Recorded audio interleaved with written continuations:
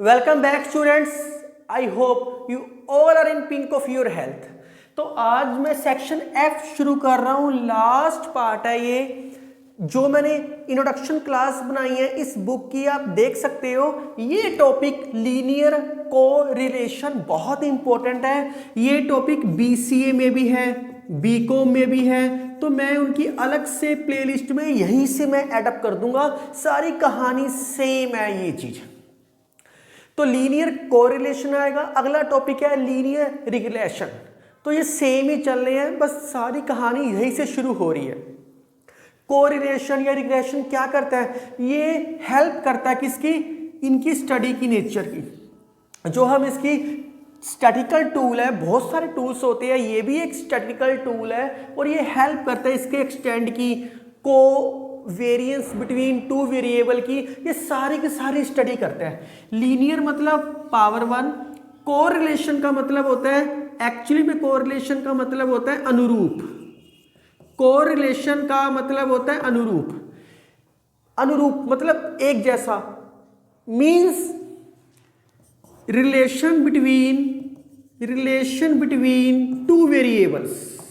दो वेरिएबल्स में रिलेशन कैसा है, इज कॉल्ड लीनियर कोरिलेशन। तो इसको सोल्व करने के बहुत सारे मेथड्स हैं जो आपके सिलेबस में है। Scatter diagram method, graphic method, Karl Pearson method, rank correlation method, congruent deviation method, इतने सारे मेथड्स हैं इसको सोल्व करने के। स्कैटर डायग्राम और ग्राफिक तो बहुत सिंपल है, ये आप करके भी आए हो, ग्राफिकली रिप्रेजेंटेशन करके आए हो। स्कैटर मतलब डॉटेड डायग्राम करके आए हो, तो ये कुछ भी नहीं है, जस्ट डेफिनेशन पता होनी चाहिए थी आपको। मेन चीज ये दोनों टॉपिक है जो बहुत ज्यादा इंपॉर्टेंट है और यही पेपर पॉइंट ऑफ व्यू से इंपॉर्टेंट है, यही पेपर में आते हैं। मैं कोशिश करूंगा कि मैं आपको ज्यादा बड़ी वीडियो ना बनाऊं ताकि टू पार्ट्स में भी मैं इसको डिवाइड कर सकूं। इसके बाद आपको आएगा टाइप्स ऑफ कोरिलेशन। टाइप्स दो टाइप की होते हैं, एक होता है पॉजिटिव, एक होता है नेगेटिव। तो पॉजिटिव क्या होता है? पॉजिटिव का मतलब होता है वन वेरिएबल अगर इंक्रीज हो रहा है, देन सेकंड वेरिएबल वो भी इंक्रीज हो। जैसे कोई x है, उसकी वैल्यू पहले 10, फिर 12, फिर 14, 17 कुछ भी आ रही है, तो दूसरा वेरिएबल 8, 11, 17, 19 वो भी इंक्रीजिंग ऑर्डर में है। अगर एक डिक्रीज हो रहा है तो दूसरा भी डिक्रीज होना चाहिए। 17, 14, 12, 10 आप रेसिप्रोकल ऑर्डर में लिख सकते हो। नेगेटिव क्या होता है? ये आपको पेपर में आ सकता है कि define correlation and methods and right its types. तो नेगेटिव कोरिलेशन क्या होता है? वन वेरिएबल एक वेरिएबल इंक्रीजिंग होएगा और जो सेकंड वेरिएबल है वो डिक्रीजिंग होएगा। जैसे x की वैल्यू 10, 12, 14, 17 है, तो y की जो वैल्यू आएगी वो आएगी, एक इंक्रीजिंग में है तो ये 19, 15, 11, 6 कुछ भी दे रखा है, तो ये डिक्रीजिंग में हो गया। तो अब जो मैं कोरिलेशन शुरू करवा रहा हूं, ये मैंने आपको 3 मेथड्स करवाने हैं। पहले 2 मेथड तो कुछ भी नहीं, ग्राफिकल रिप्रेजेंटेशन है, डेफिनेशन ही है, कुछ भी नहीं है। तो कार्ल पियर्सन, यही पेपर में आता है। मैं आपको कार्ल पियर्सन मेथड शुरू करवाता हूं। स्टूडेंट्स, कार्ल पियर्सन एक मैथमेटिशियन का नाम है। उसने इसका कोफिशिएंट डिफाइन किया था कोरिलेशन का, कि वो कैसे किया था। कोरिलेशन मतलब रिलेशनशिप, किनके बीच में? न्यूमेरिकल मेजरमेंट में। न्यूमेरिकल मींस वैल्यूज, कोई ना कोई पर्टिकुलर इसकी एक वैल्यू होएगी, वो वैल्यू अभी आपको पता लगेगी कि क्या होएगी। तो उन्होंने इसकी नोटेशन दी थी rx, या rxy, या इसको ऐसे भी लिख सकते हैं, एक ही बात है। कोरिलेशन x, y एक ही बात है, आपकी बात। इसको वैसे रो x, y भी बोलते हैं। तो मैं बेसिकली ये वाला सिंबल यूज करके चलूंगा क्योंकि ये बहुत सारी बुक्स में सिंबल दे रखा है। इसका फार्मूला होता है covariance x, y bye sigma x sigma y। Covariance x, y को सिग्मा xy भी लिख सकते हैं। आप सोचोगे सर कोवेरियंस तो अभी तक हमने किया नहीं, तो आप पहले मेरा पार्ट नंबर 3 देख लो, तब आपको कोवेरियंस की छोटी सी डेफिनेशन पता लग जाएगी। नहीं देखनी ना देखो। कोवेरियंस x, y की डेफिनेशन ये होती है, सिंपली ये डेफिनेशन होती है। उसके अंदर मैंने पूरी प्रॉपर्टीज है, कहानी है, सारा कुछ एक्सप्लेन किया हुआ है। तो सिग्मा एक्स में स्केयर रूट, अगर इसका स्केयर होता तो स्केयर रूट ना आता, इसकी वैल्यू कैसे लिख के आए हो आप? एक्सपेक्टेशन ऑफ, जैसे आप लिख के आए हो एक्सपेक्टेशन ऑफ एक्स की value x into P x, ऐसे ही तो लिख के आए हो आप समेशन के साथ। तो ये अब मीन के साथ है, तो कोवेरियंस में इसकी डेफिनेशन ये होती है समेशन xi माइनस एक्स बार और y माइनस वाई बार समेशन बाहर 1/n। इसके साथ भी सेम प्रोसेस, इसके साथ भी सेम प्रोसेस। पर कई बार क्या होता है, ये डेफिनेशन याद करनी, कुछ क्वेश्चनों में ये अप्लाई हो जाएगा, पर कुछ क्वेश्चनों में इन अदर फॉर्म अप्लाई होती है। इसकी दो डेफिनेशन है, एक पहली डेफिनेशन ये दे रखी है, एक इन अदर फॉर्म है। इसको एक्चुअली में आप ये समझो कि ये कन्वीनियंट फॉर्म है याद करने के लिए। तो ये क्या है, कोवेरियंस x, y का फार्मूला क्या होता है 1/n। वैसे मैंने ये चीज आपको +1 के स्टैट में भी करवाई हुई है, आप देख सकते हो। xi minus X bar, yi minus Y bar, इसको मल्टीप्लाई कर देता हूं, क्या आएगा xi yi minus xi Y bar minus X bar yi minus minus plus X bar Y bar. अलग अलग कर दो इसको सारों को, 1/n sigma xi yi minus 1/n xi चाहिए, y बार कांस्टेंट है बाहर निकल गया xi। इसके अंदर x बार कांस्टेंट है बाहर निकल जाएगा, अंदर क्या आएगा समेशन yi। तो 1/n ये दोनों चीजें बाहर आ गई, x बार y बार समेशन 1। अगर आप बहुत ध्यान से देखोगे तो आपको ये चीज समझ आएगी कि समेशन xi बाय n को मैं क्या लिख सकता हूं, एक्चुअली में मैं क्या लिख सकता हूं, इसको माइनस ये सारा क्या आ गया xi yi, ये सारा क्या बन गया x बार, सिमिलर ये सारा क्या बन जाएगा y बार। यही मीन का फार्मूला होता है summation by number of terms. और ये 1 क्या हो गया n से n कैंसल आउट हो गया, n/n x बार y बार, ये कटिंग होगी, x बार एक y बार कट गया, तो आपके पास सिग्मा xy का फार्मूला क्या आ गया, ये आ गया। तो मैं यहाँ लिख देता हूँ अलग से, सिग्मा xy का फार्मूला क्या आ गया 1/n summation xi yi minus X bar y by. तो कई बार टीचर्स ये फार्मूला यूज कर लेते हैं। सिमिलर सिग्मा x का भी आप निकाल सकते हो, सिग्मा y का भी ऐसे ही निकाल सकते हो, पर कोई ज़रूरत ही नहीं है कि अलग से कुछ करने की। सिर्फ आपको ये तो मैंने कहानी बतानी जरूरी थी ताकि आपको पता लग जाए इसको इस तरीके से भी लिख सकते हैं। फार्मूला तो यही है ना, इसको इस तरीके से भी लिख सकते हैं, मैंने ये बताया है। कई बारी कोवेरियंस को μ1 भी लिख देते हैं। इसका एक नाम और दे रखा है प्रोडक्ट मूवमेंट।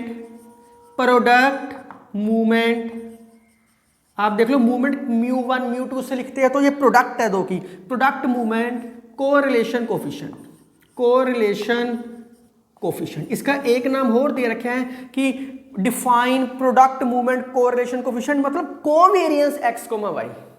अब आप कहोगे सर पूरी कहानी में क्या हमें ये भी फार्मूला याद करना पड़ेगा और इसकी नोटेशन को ये भी करना पड़ेगा? नहीं, पूरी कहानी में आपको ये पता होना चाहिए लिखते कैसे हैं, और ये फार्मूला ये पता होना चाहिए था, ये पता होना चाहिए फार्मूला आया, ये फार्मूला लिखते कैसे हैं कि expectation of x minus E X Y minus E Y by square root of this, या covariance x, y by sigma x sigma y। तो इसकी अब जैसे हर किसी की सेम कहानी करते हैं, अब इसकी प्रॉपर्टीज हम करते हैं। इतना राइट डाउन करो आप पहले स्टूडेंट्स। इसकी 5-6 प्रॉपर्टीज है। प्रॉपर्टीज का मतलब होता है क्वेश्चन आपको ऐसे आएगा, define limits for correlation coefficient, ये बोल सकता है, या prove that correlation coefficient lies between -1 से 1। इसके 2 प्रूफ्स हैं, मैं आपको सेकंड प्रूफ करवा रहा हूं, आपकी क्या पता क्लास में कोई और प्रूफ कराया हो। आइडेंटिटी यूज करके भी होता है इसका एक प्रूफ। मैं ये करवा रहा हूं, मैंने एक्सपेक्टेशन ऑफ एक्स को म्यू एक्स मान लिया, एक्सपेक्टेशन ऑफ वाई को म्यू वाई सपोज कर लिया, तो बहुत प्यार से है। नाउ देन आप लिख सकते हो expectation of X minus mu X by, क्योंकि ई एक्स लिखना ई एक्स लिख लो, by sigma X plus minus Y minus mu Y by sigma Y का whole square is always greater than equal to 0। मैंने एक expectation, एक mean define किया, square. Square चीज हमेशा क्या होती है? पॉजिटिव, इसलिए मैंने स्क्वायर डिफाइन किया, ग्रेटर देन इक्वल टू 0 लिखा है। इसका स्क्वायर खोल लो, क्या आएगा? Expectation of X minus mu X by sigma X A square plus B square Y minus mu Y by sigma Y का whole square into 2 into X into Y. Expectation of X minus mu X by E X भी लिख सकते हो। आपके mind में एक विचार आएगा, क्योंकि मैं आपको हर कोई चीज का जवाब दे रहा हूं, आपके माइंड में एक विचार आएगा कि सर आपने ये स्क्वायर ही क्यों लेके चल रहे हो। अब बहुत ध्यान से देखो, स्टैंडर्ड नॉर्मल वेरिएट नहीं लग रहा, X minus E X by sigma X variance, तो Z minus mu by sigma, तो उसी वेरिएट में करना है। फिर आपके दिमाग में विचार आएगा कि सर दो क्यों लेके चल रहे हो, क्योंकि ये कार्ल पियर्सन क्या है? कोवेरिएंस के ऊपर डिफाइन है ना, दो वेरिएबल के ऊपर डिफाइन है, एक्स के लिए भी लेके चलना पड़ेगा और वाई के लिए भी लेके चलना पड़ेगा आपको, इसलिए मैंने ये डिफाइन किया। तो ये वैल्यू क्या है? 1, ये वैल्यू क्या है? 1 2 expectation of X minus mu X Y minus mu Y by sigma X sigma Y greater than equal to 0। आपके माइंड में विचार आएगा सर आपने ये 1 कैसे लिख दिया? मैं रीजन दे देता हूं। सिग्मा एक्स स्क्वायर का फार्मूला क्या किया है? Expectation of X minus E x का होल स्क्वायर, स्क्वायर हटा दो तो आपने यही किया। तो क्या मैं इसको लिख सकता हूं? 1 is equal to expectation of X minus E X by sigma X का होल स्क्वायर। सिग्मा एक्स नीचे चला गया, इसकी वैल्यू क्या आ गई? 1, इसकी वैल्यू भी क्या आ गई? 1, 1 प्लस 1 क्या आ गया? 2, 2 प्लस माइनस 2 एक्सपेक्टेशन ऑफ, ये सारा का सारा फार्मूला किसका होता है? ये फार्मूला होता है आर एक्स कोमा वाई का, इसलिए मैंने इस फॉर्मेट में लिखा ताकि प्रोडक्ट बनने के बाद ये आर एक्स वाई बन जाए। आर एक्स वाई का फार्मूला मैंने यही लिखवाया, आप देख सकते हो। तो ये क्या आ गया? Greater than equal to 0, 2 common 1 plus minus R X comma Y greater than equal to 0। इसका मतलब ही ये होता है कि r लाइज बिटवीन -1 to 1। इसका मतलब ही ये होता है कि r की वैल्यू 1 और -1 के बीच में लाई करती है।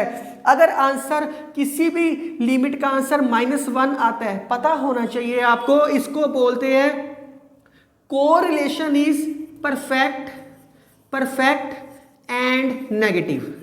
अगर इसका आंसर +1 आता है, कोरिलेशन इज परफेक्ट, दोनों ही परफेक्ट होते हैं, परफेक्ट एंड पॉजिटिव, इसको पॉजिटिव लिख देते हैं साथ। तो ये फर्स्ट प्रॉपर्टी थी आपकी। स्टूडेंट्स, ये बहुत ही इंपॉर्टेंट प्रॉपर्टी है या बहुत ही इंपॉर्टेंट क्वेश्चन है, आप देख सकते हो। ये आपको आएगा state and prove correlation coefficient is independent of change of region and change of scale property। तो इसके लिए आपको लेट करना पड़ेगा। Let is the most dangerous word in mathematics. हर चीज हम लेट से शुरू कर रहे हैं, मोस्ट डेंजरस वर्ड है मैथमेटिक्स का ये। तो लेट करते हैं, u एक लेट कर लो, नया वेरिएबल लेट कर लो, x minus a by H and v मान लो y minus b by k। तो इसमें से x की वैल्यू क्या निकल गई? a plus U H and y की वैल्यू क्या निकल गई? b प्लस वी के। इसके अंदर क्या हो गया? वेयर a और b h k, यही 4 वेरिएबल्स नए लिए ना आपने, आर कॉन्स्टेंट्स, ये कॉन्स्टेंट्स हैं, और h और k हमेशा पॉजिटिव रहेंगे क्योंकि ये पॉजिटिव लेके चलते हैं। आपके माइंड में विचार आएगा सर इसमें चेंज ऑफ ओरिजिन और चेंज ऑफ स्केल क्या है? आपको ओरिजिन तो आप छोटी क्लासों में करके आए हो। ओरिजिन में x को x माइनस एच और y को स्मॉल x y माइनस के, याद करके देख लो, ये आप करके आए हो छोटी क्लासों में। सर्कल की इक्वेशन में भी उसको capital X capital Y suppose करते थे। ये तो हो गया ए और बी, तो हो गया आपके पास change of origin. Change of scale क्या है, मैं फिर रिपीट कर दूं, अगर कोई सर्कल कोई पैराबोला बना रहे हैं, ऐसा है जब उसका ओरिजिन शिफ्ट करते हैं तो वो कहीं और हो जाता है। ये पॉइंट एच कोमा के लेके चलते हैं, तो यहाँ फिर हम 0 0 डिफाइन करते हैं, ओरिजिन को चेंज करते हैं। तो ये प्रॉपरली आप करके आए हो। मेरी एक रिलेशनशिप बिटवीन अलजेब्रा में एक टॉपिक है, उसके अंदर मैंने प्रॉपरली समझाया भी हुआ है। बीएससी फर्स्ट ईयर का टॉपिक है ये एक्चुअली में, पर आपको ज़रूरत नहीं है फालतू चीज़ की।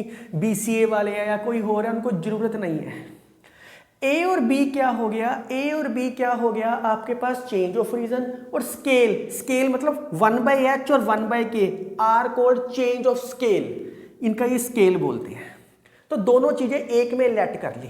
एक्चुअली में आपने प्रूव क्या करना है, आपने प्रूव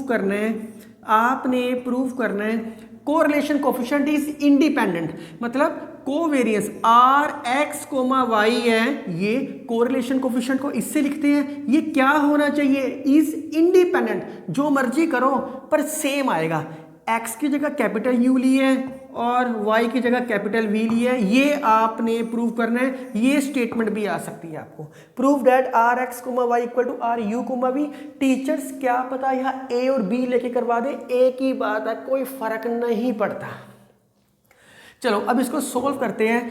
क्या लेके चलता हूं मैं इसमें से, नाउ आर एक्स वाई का फार्मूला क्या होता है, covariance X comma Y by sigma X sigma Y.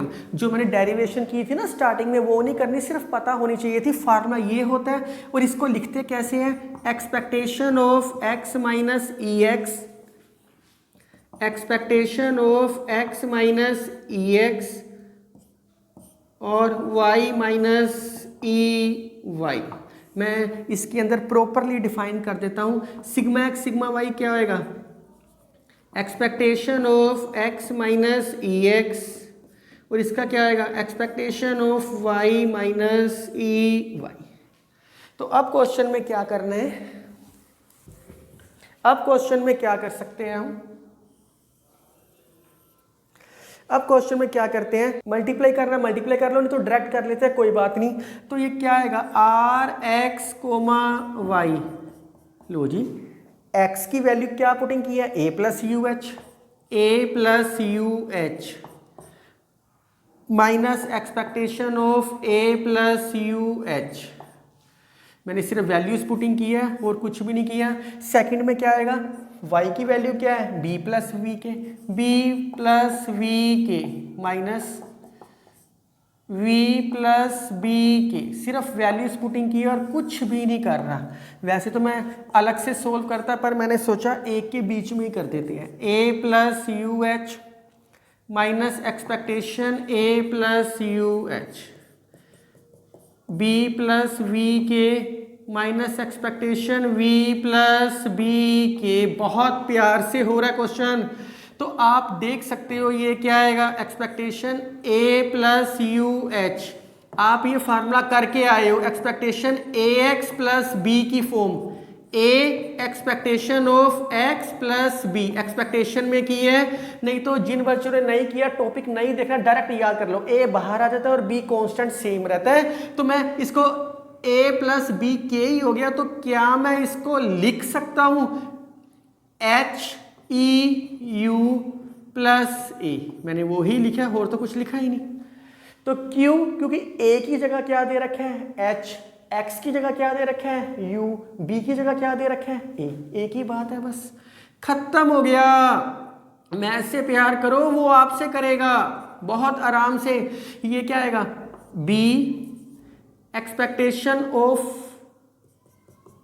k, इसको ब्रैकेट के अंदर b प्लस वी के, b प्लस वी के, b प्लस वी के, b प्लस वी के, तो b के ई वी प्लस बी। नीचे भी same, expectation a plus U H minus h expectation of u plus a। इसका क्या आएगा एक्सपेक्टेशन बी प्लस वी के, इसका क्या आ गया के expectation of V plus V. A से ए कैंसिल हो गया, बी से बी कैंसिल हो गया, ये भी कैंसिल हो जाएगा, सब कुछ कैंसिल हो जाएगा बहुत प्यार से। एक्सपेक्टेशन ऑफ ये चीज आपकी क्या बन गई H common U minus E U, ये क्या बन गया K common V minus E V. H और के को बाहर नेक्स्ट स्टेप में निकाल लूंगा मैं। Expectation H common U minus E U, इसके अंदर क्या बन गया expectation K common V minus E V. तो अगर ये बी ना होता तब भी कांस्टेंट चीज को तो बाहर निकाल ही सकते हैं। एच और के कांस्टेंट है, मैंने स्टार्टिंग में यही चीज लिखवाई हुई है, इसलिए एच और के कॉमन निकल जाएगा, अंदर क्या बचेगा E minus E U V minus E V. इसमें से h common expectation u minus E U, इसमें से k common expectation v minus E V. h के कैंसिल, और ये formula R U comma V लिख सकते हैं। ये ही प्रूव करने के लिए कहा था कांस्टेंट चीज अपने आप स्केल स्कूल सब कैंसिल हो जाएगी आपके। कुछ नहीं किया, कोवेरिएंस में x और y की वैल्यूज पुटिंग की और कुछ भी नहीं किया और ये फार्मूला यूज किया, हैंस प्रूव्ड।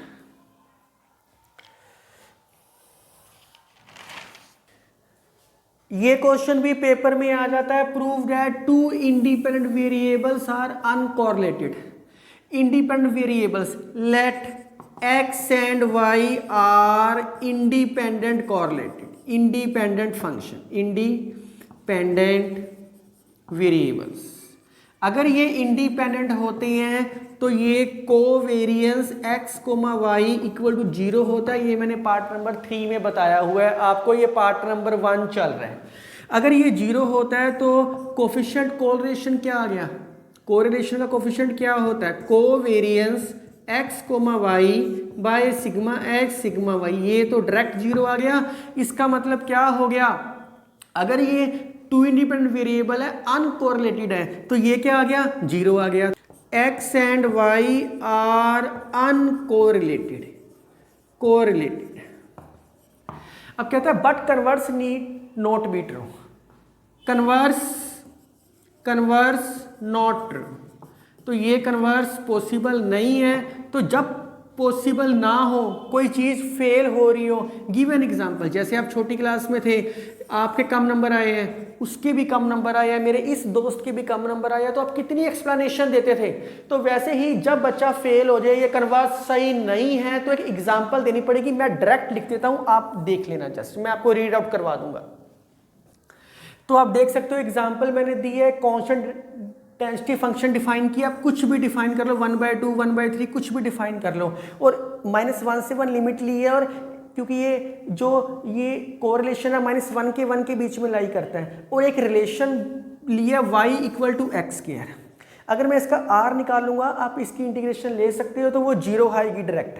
अगर ये 0 आएगी तो वो अनकोरिलेटेड हो गए, बट इनका आपस में तो रिलेशन है ना, y और x आपस में कनेक्टेड है, तो x और y कनेक्टेड है, ये ही उसने कहा था। तो ये एग्जाम्पल आप डायरेक्ट खुद देख सकते हो, मुझे खास बताने की जरूरत नहीं है। अगर कोई और एग्जाम्पल आपको दिए तो कोई और एग्जाम्पल लिख लो, कोई फर्क नहीं पड़ता। इस प्रॉपर्टी में कहता है अगर r 0 है तो प्रूव करो इंडिपेंडेंट है। इंडिपेंडेंट का मतलब होता है प्रूव करना है एफ एक्स कोमा वाई को हम F X into F Y लिख सकते हैं, आपने ये प्रूव करना है। बहुत आसान है। तो उसने ज्वाइंट नॉर्मल डिस्ट्रीब्यूटेड का है, उसका फार्मूला ये होता है, मैंने डायरेक्ट लिख दिया। मैंने आपको इसकी एक वीडियो भी बनाई हुई है, देख सकते हो, नहीं तो आप इसको याद करो कि इसका फार्मूला ये होता है। तो ये क्या आ गया, अब ये सारा का सारा क्या है r0, जहाँ जहाँ r है वहाँ वहाँ 0 कर दो, 2x सिग्मा वाई। ये मेरा ना पार्ट ई के वीडियो नंबर 9 है, तो वीडियो नंबर 9 में मैंने बताया है। तो ये क्या हो गया 0, तो e की पावर ये भी क्या हो गया 0 -1/2 x minus mu X by sigma X का स्केयर, ये भी क्या हो गया, जीरो मल्टीप्लाई समथिंग जीरो, तो क्या बच गया, Y minus mu Y by sigma Y का होल स्केयर। बस खत्म हो गया। एक्स एक्स वाली चीज़ें अलग अलग कर दो। चलो मैं एक स्टेप फालतू कर देता हूँ ताकि आपको देखने की ज़रूरत ना पड़े खास। X minus mu X by sigma X का whole square E raise to power minus 1/2 Y minus mu Y by sigma Y का होल स्केयर। तो 2 पाई है, इसको मैं √2 पाई का स्केयर लिख सकता हूँ। इसका मतलब क्या होता है, √2 पाई इंटू √2 पाई, तो 1/√2 पाई सिग्मा एक्स।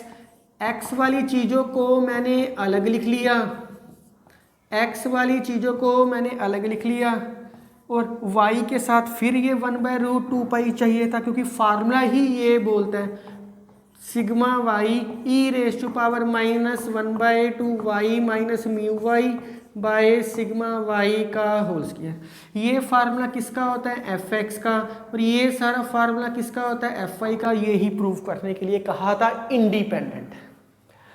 तो इस पार्ट 1 में इतना ही। और भी लीनियर कोरिलेशन का पार्ट नंबर 2 बना दूंगा ताकि ये 2 पार्ट्स में डिवाइड हो जाए, आपको समझना आसान रहे। तो stay connected and enjoy mathematics. Thank you. Take care.